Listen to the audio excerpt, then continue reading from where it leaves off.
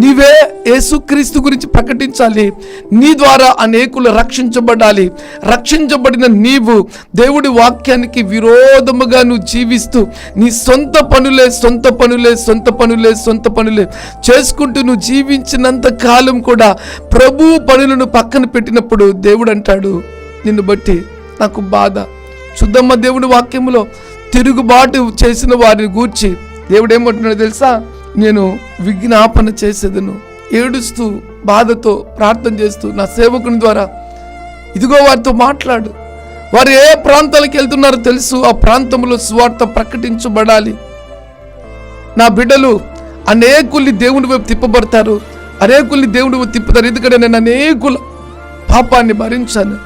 ఒకవైపు విజ్ఞాపన చేస్తున్నాడు, ఒకవైపు నీ వ్యతిరేకతను బట్టి బాధపడుతున్నాడు, మూడో వైపు నిన్ను కలగజేసిన దానికి దేవుడు నమ్మినాడు, నీకు రక్షణ ఇచ్చాడు, కానీ నువ్వు తిరగబడుతున్నావు.